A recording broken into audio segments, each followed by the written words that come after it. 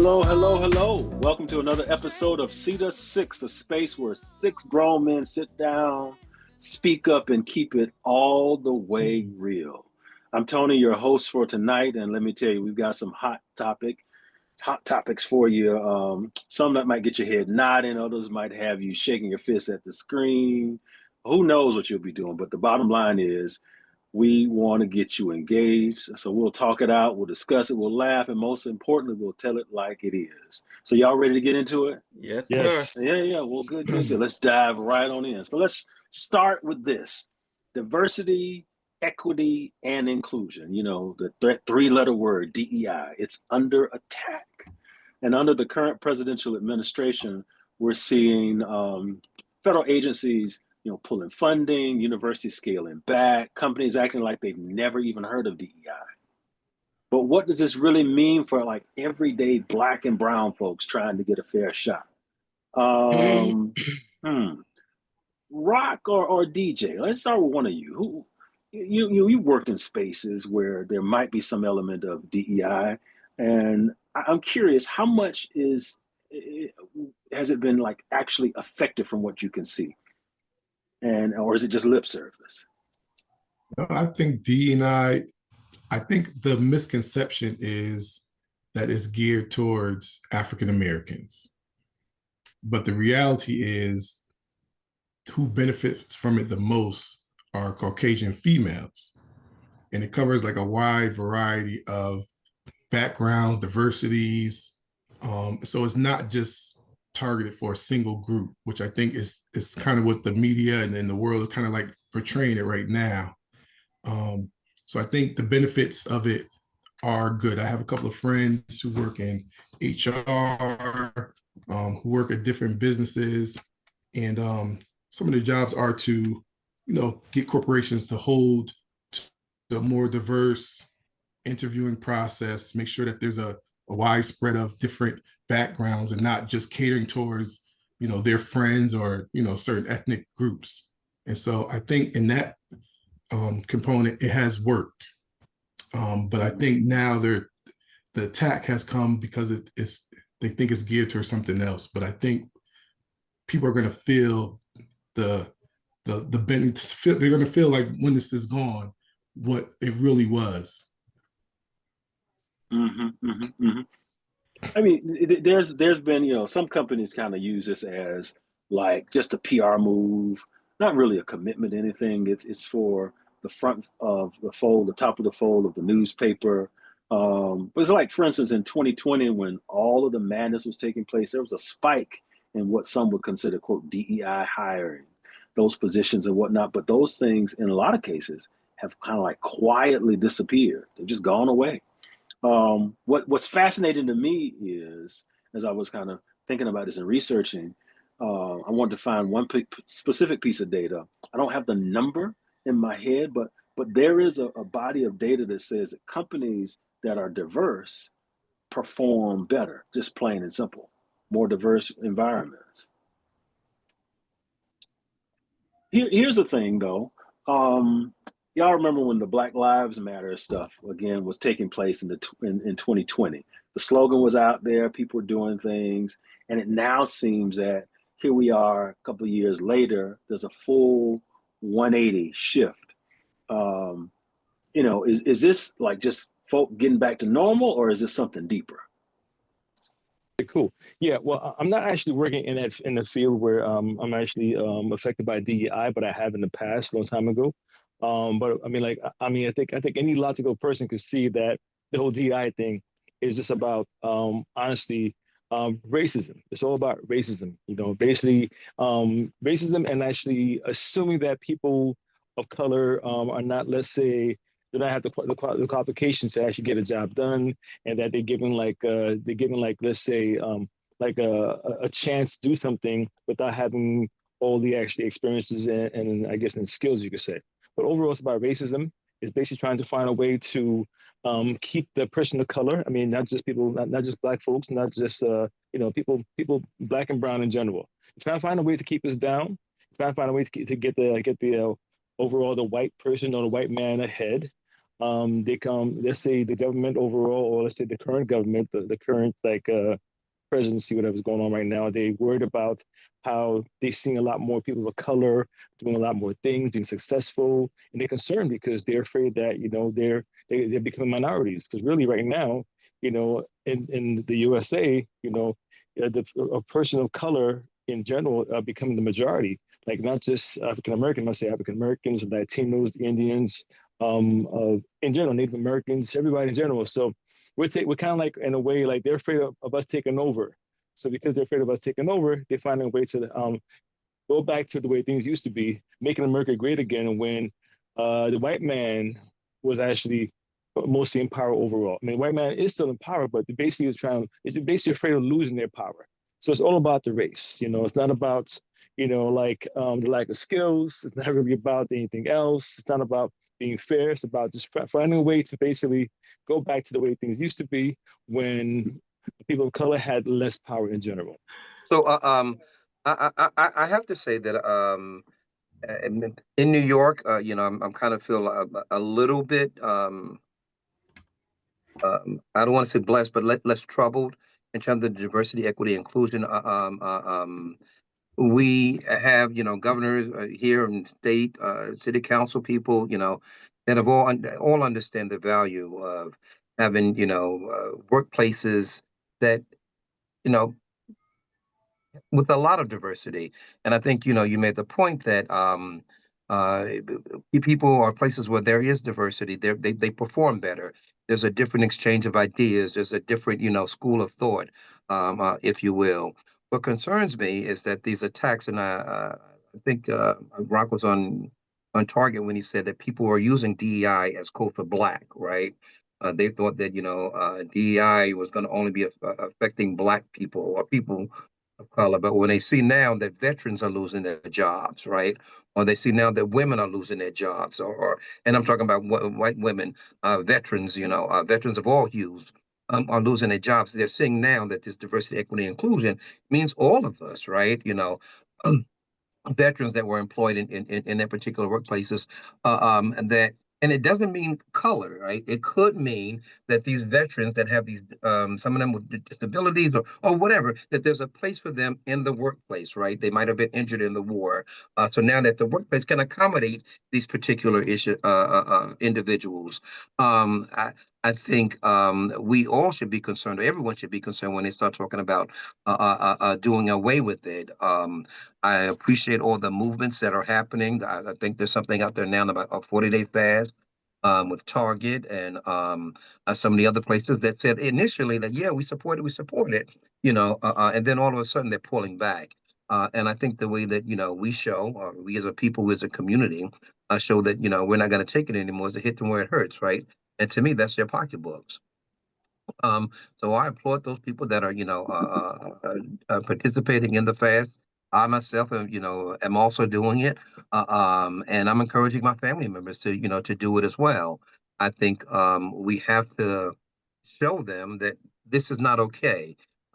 We have to resist, if you will, and I think this fast is, one of the ways that we can do just that.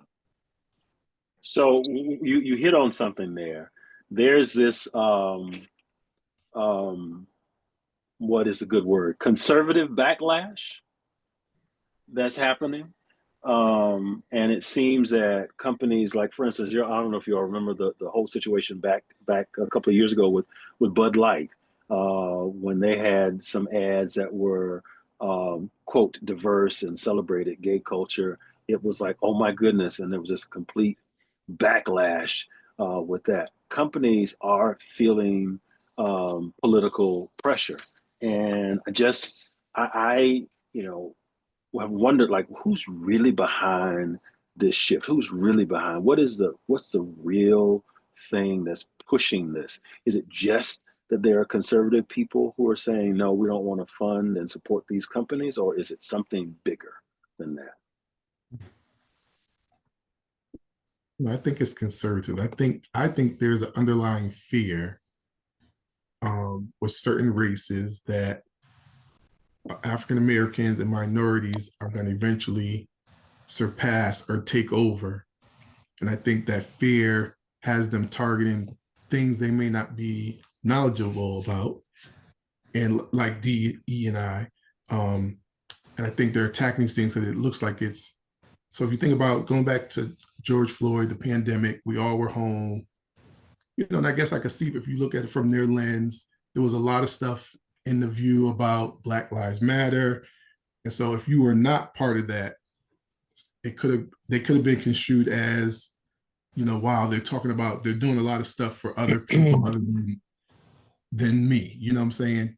And I think that kind of, some people probably got scared. And I think the current president fed into that. And, he addressed those people who thought that they didn't have a voice and started, giving that fake news and construing things differently to make it look like demonizing these things that are really helping other people. But I think that was all like kind of in the mix, which is why we kind of are here today, in my opinion. Hey, I do agree with DJ about that, about not having a voice during the time of like Black Lives Matter and the time when George Floyd had passed away or was killed. And there were a lot of folks who basically were becoming woke, and like I guess the folks who were not woke, or the folks who were against the idea of becoming woke or giving people of color a chance at the time, they were quiet.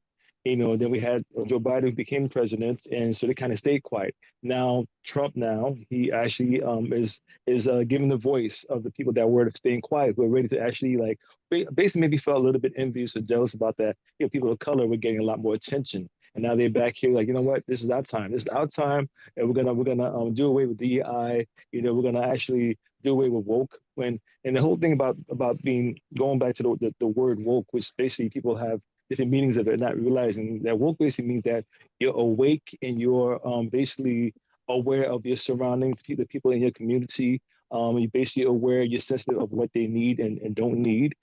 Basically, it's not about race. It's not about like, Black folks getting over. It's about basically like, from sexuality, from race, everything in general, the whole gamut, just basically being fair, nothing else. And they have this thing in mind that, okay, Black Lives Matter, woke, whatever. It's all like about the people of color. It's beyond that. It's just beyond. It's all about being what fair. is also fascinating to me is that while there are a number of companies that roll back their initiatives, there are other companies that have been like, yeah, we're not budging. We're not budging. We're not moving. Ben and Jerry's has been like, this is what we're doing. Netflix has been like, no, this is what we're doing. Costco, there are a lot of places are saying, we don't care. We know the benefits of this, which then brings me to kind of our second topic, if you will, tonight is like boycotting these companies. So yeah, we got companies pulling back, and it's like, how do we hold companies accountable? We've gotten into some of that, and like a lot of people say, we need to hit them in their pockets. We need to boycott them. We ought to stop doing business with those businesses that don't support us. But the real question, I think, is, do they really work? Do boycotts actually change the behavior of corporations? Or do we just, do they just wait for our outrage to die out? Because folk get tired. They get tired of. So what do you think? I personally think that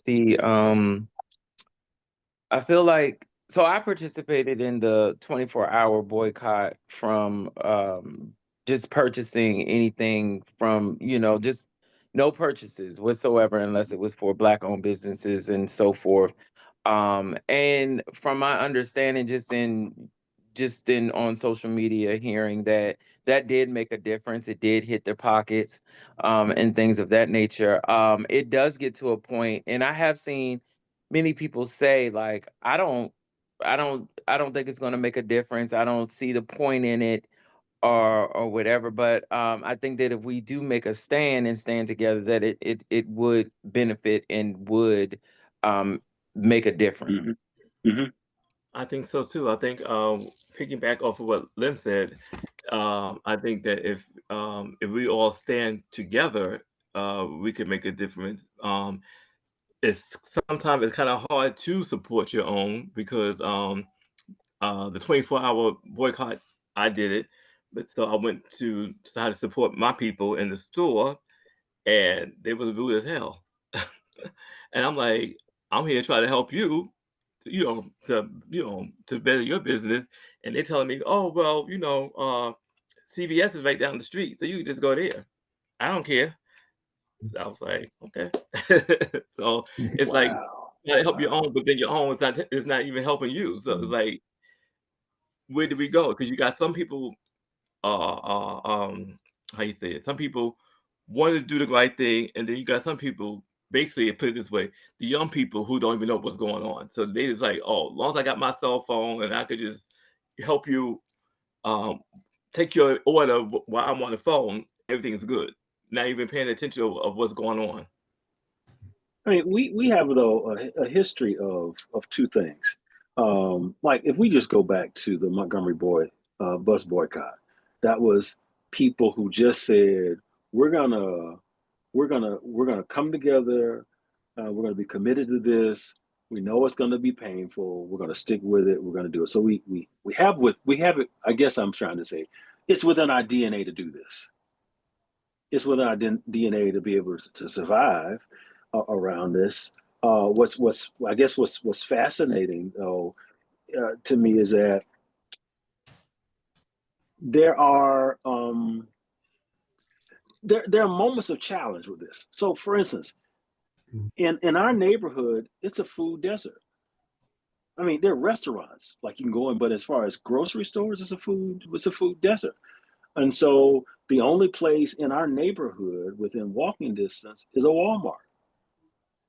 And so it's like you tell people, let's boycott, but if the only place I can get my groceries from happens to be the big box Walmart in my neighborhood because there's nothing else around, because I've been in some of these other places that have food, and the potatoes and the cabbage and the things look like they've been there for 3 weeks, just out in the sun. I mean, and it's like, so yeah, you want people to do this, but also some people are caught between a rock and a hard place. Like, what do you do? And so that's been a fascinating thing to kind of watch, observe, and think about. And I'll just jump in and say, I think the worst thing is to do nothing. I think that's Yes. the worst thing is to do nothing. Do I think that the fast and the protests make a difference? I would say absolutely they make a difference. One, they make a difference because you're developing community where people may have not have gotten thought about getting together. They're doing it now. Secondly, you're hitting them in their pocketbooks. They're not going to do it just because they want to do it. And your letter writing, is it effective? I don't know. Your faxing, your emailing, your social, I don't know if it's what is effective is to hit them in their pocketbook, right? Look at how, like, I remember a time when we used to drive our cars without seat belts. Y'all Hmm. remember that? Hmm. Maybe, Oh maybe yeah. you don't, but like when you're in a car and you're driving and your daddy would put his hand out so you wouldn't, go flying through the windshield, right? That was your seat belt. Yes. Yes. And now the culture has been changed, right? Because now if you don't wear your seatbelt, you get a ticket, right? Right. It hits you in the pocketbook. So now when you get in that car, what's the first thing you do? You buckle up because you don't want that $55 ticket or whatever, 40, however much it costs or whatever. But it changed the culture, of how we do things. Even in terms of like, when I don't recycle at my home, right? And if I'm caught, right, there's a fine associated. So it changes my behavior, right? To make sure that I'm recycling, also for the environment, but I can't pay them, continue paying them fines or whatever because you're not recycling or whatever the case might be. So I think getting them in their pocketbook makes a tremendous difference. I think so. As you said, not to do anything, but we live in a totally different world where I can remember. Well, I guess I'm the oldest one on here, but I can remember that. But the boycott, back in was it Montgomery? I remember just seeing it as a little kid on TV and how we all came together and got what was needed done. And today it's like you got to pull teeth. You got to. But we have more. We didn't have social media back then, but now you got social media. But you got to pull more teeth to get people going with social media than you did um, back in the day.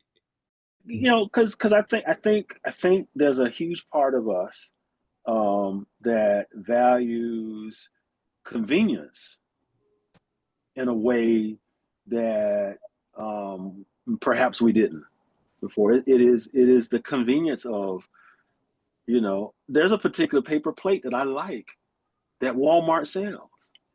And so but I'm just gonna lay it out before that big deal went through. I sat down and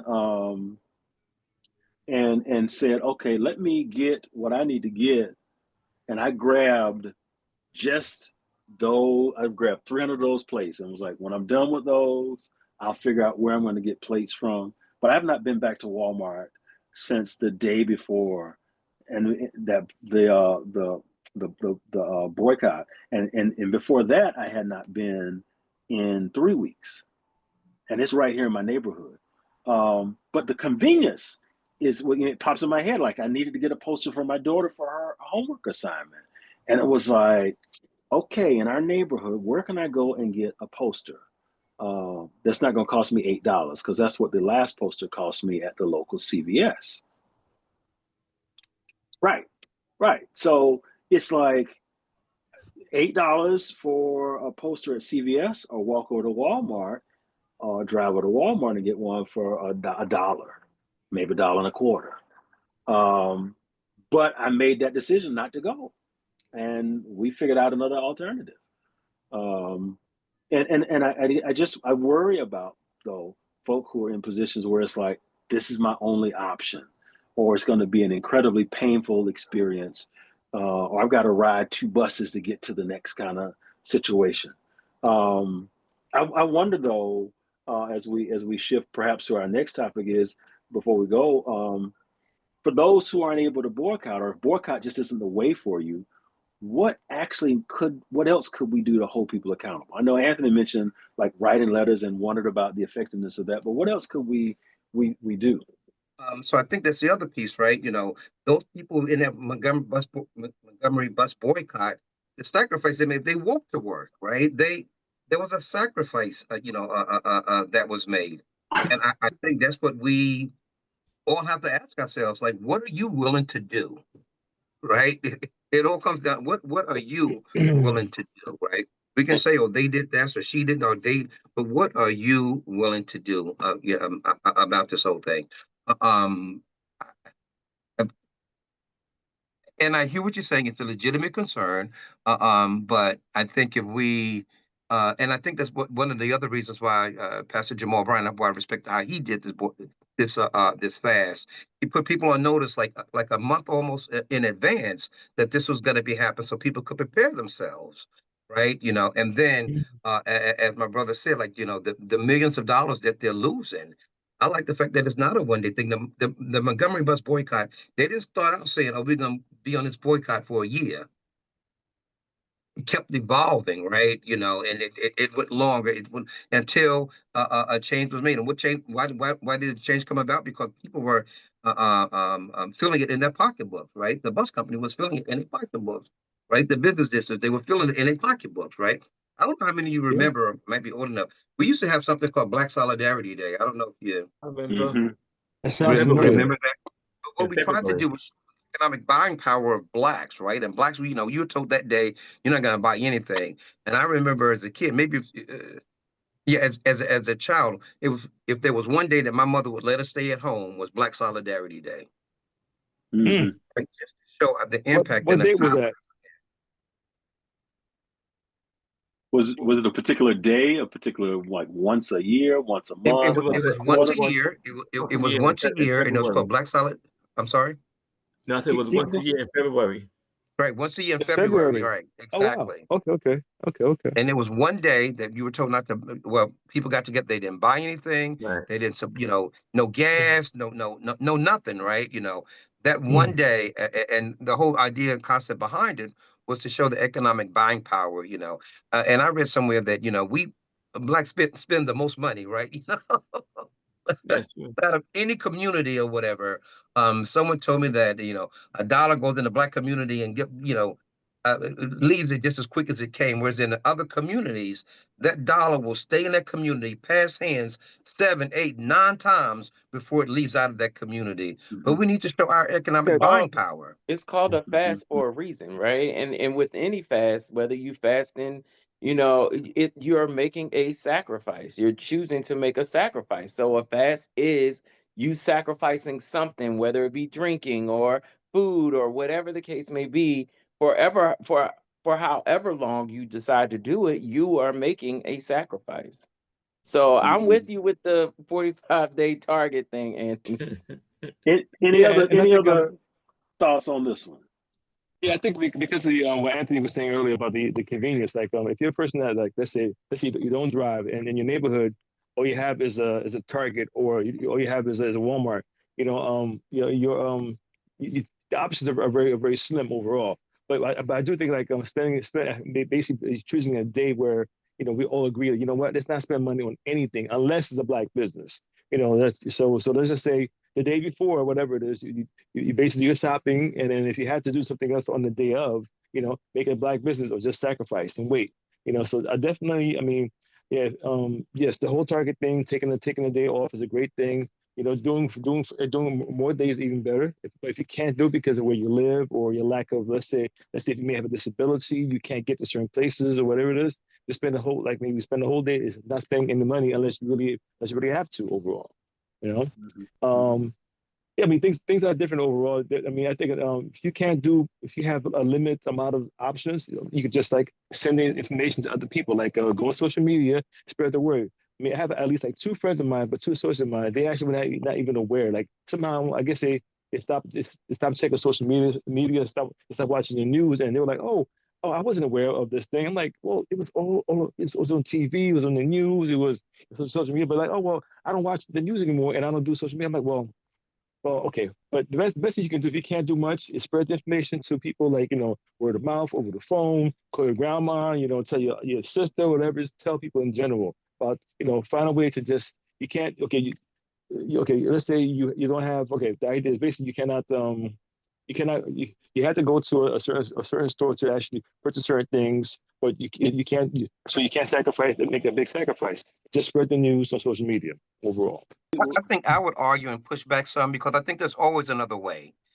So That's if I'm in a community, and maybe I don't drive and I can't, and Walmart is there, but if my neighbor has a car and going shopping, maybe I'm gonna carpool with them to get to the store. Right? I think there's always another way. I think we just got to be open to hearing what some of those other options are. I know when I told my family about, Walmart, and again, this is another issue or whatever. Every time when I, go down south or whatever, I say, well, we're not going to Walmart. I will drive the extra 10 miles out of the way to get that turkey, to get that whatever, right? But they all know that's my that's my principle. That and to this day, I'm still that the same way. But and they all know that ahead of time, so they're not even going to ask me to go and stop off there, or but I will drive the extra 10 miles or 5 miles or whatever it is, to make my point. Yeah. So we've covered a lot of ground. I want us to wrap with something that some might say is less controversial, but I will say it is just as important. Your teeth. There are studies that say that flossing can add at least 6 years to your life, and yet, let's be real, there's some folk out on these streets who are treating dental floss like it's an optional accessory instead of something that's, a necessity. So I'm not going to ask the question who flosses daily. I'm not going to put anybody on there, put you out on Front Street in any kind of way. But there are reports that say about 30% of Americans floss daily, just 30%. And then there are some folk who fall into these 2 categories. The folk who floss just before they go to the dentist, they may start a day or 2 early and floss a little bit. Of course, the hygienist is like, child, I know these gums just got flossed just a few days ago. To those who floss every single day. Again, not gonna ask anybody to out yourself and say where you are, but you know, what y'all think about all of this? I personally floss every day only because I do not like stuff in my teeth. I just, it feels uncomfortable. So for me, I definitely, I love to have, I have one in my book bag and the broom. I got it everywhere. Well, I mean, I don't floss every day, but I do floss. I would say, if you know, I say out of 7 days, at least like 5 days, so on average, or you know, give or take. But I mean, the whole thing about flossing, from what I've learned about my reading, and you can find this stuff online, which I'll send you guys stuff online too. But flossing is a big thing. It might seem like real simple, like a piece of string between your teeth and everything else seems kind of corny. I get it. It doesn't always feel nice, but flossing could actually, let's say, the whole thing about flossing is like you have stuff, you're eating food, you have like a food stuck in your teeth, and let's just say, if you have like a trash can full of food, a trash can full of food is going to eventually turn spoiled. So your mouth becomes like a trash can. The food that's left there for days and weeks. That same, let's say that corn you had, like popcorn you had recently, whatever, is back there. It's just rotten. It's right there in your system. Then it goes into your blood system, and then the next thing you know, it goes that whole thing becomes bacteria. That bacteria goes into your actual, your actual brain and your heart. That affects everything. So overall, flossing is a big thing, and not just that. You floss, it actually makes your breath smell better too. So you floss, you brush, you mouthwash, all that together makes it a better smelling breath. So I would highly recommend to floss as much as you can. Because I don't think people know the link between gum disease and heart disease. I mean, it's you know, things and the flossing plays a role in all of that. It's linked to, there's some research that says it's linked to diabetes. There's some research that says it's linked to Alzheimer's disease. There are lots of different things that can be triggered, and if not even triggered, can certainly get worse because of just what we may not do around flossing. Well, I know the question I had for you, Rock, was like, is it recommended to floss before you brush your teeth or after you brush your teeth? Sure, I can find out for you, but I'm thinking like my own logic. I'm thinking like if you flossing, if you brush your teeth, the toothbrush won't reach every single part. So I would assume like if there's like parts of like little parts of like food in your teeth, and that toothbrush just rubs against it, it doesn't do much. I would say because of that, for myself, I would floss first. I would floss first, and then brush, and then mouthwash. That's what I would do. You know. So let me tell you how What's your this routine? So I brush my teeth and then I floss. See, Because I have found that you are what I do. correct, that you cannot get everything out from brushing, right? So I actually brush my teeth and then I floss and get anything that's extra up out of there, and then I rinse out. You get what I'm saying? So I don't know. It's a big deal for me. Like I'm big on breath and hygiene and all of the things. So like I can't do the stuff in your teeth and all of that. I would tell a person quick, you got something, like, you know what I mean? Like I can't even look at it. And I would say, can you guys hear me? It's still on? Yes. Sorry. Yeah, I would say in my experience, I mean, might as well like, mention like personal experience. I mean, I have met people in the past that I liked a whole lot, and then like, it's probably just a bad day, like one bad day. So I'll let it slide. See, I'm the kind of guy I forgive too much sometimes. My friends are like, "What the hell are you doing?" So so I met people in the past that they had some bad days, but they had too many bad days. And I'm like, you know what? Well, I can't be with you. I mean, like, they're not understanding. I try to tell them about what's going on, and it's still happening. I mean, it might be some kind of disease or whatever it is, but if you know your thing is not right, you probably should like not date until you get it right. That's what I'm saying. Well, it is a It is. thing. It is a thing. Like I actually, it's called, what is it, gingivitis and all of that. Like Yeah. I really can't get with anybody that has like the plaque in their teeth that is hardened and they haven't gotten it out. That doesn't work for me. And I actually like really interested in someone and we kissed and I actually taste blood. So, for a fact, yeah. And it was their gums bleeding. So I can't, no, I can't do So, it. so look, I'm gonna jump out and say I'm gonna put a spin to it. I am consistently inconsistent when it comes to flossing. Okay. But I do go to a periodontist. So I alternate every 3 months. So it's a dentist, periodontist, dentist, periodontist. And so, yeah, so he keeps up, like he'll tell me when I'm, oh, you need to floss a little bit more or whatever. But because I always thought the dentist cleans your teeth. And I went to a dentist and said, oh no, you should go to a periodontist. So I'm like, all these years, I thought you were cleaning. He said, oh no, we polish your teeth with that little stuff and that little thing they put on, a little rotor or whatever. But so yeah, I started going to a periodontist, and he does his thing every 3 months or every 6 months, and then I go to the dentist in between that.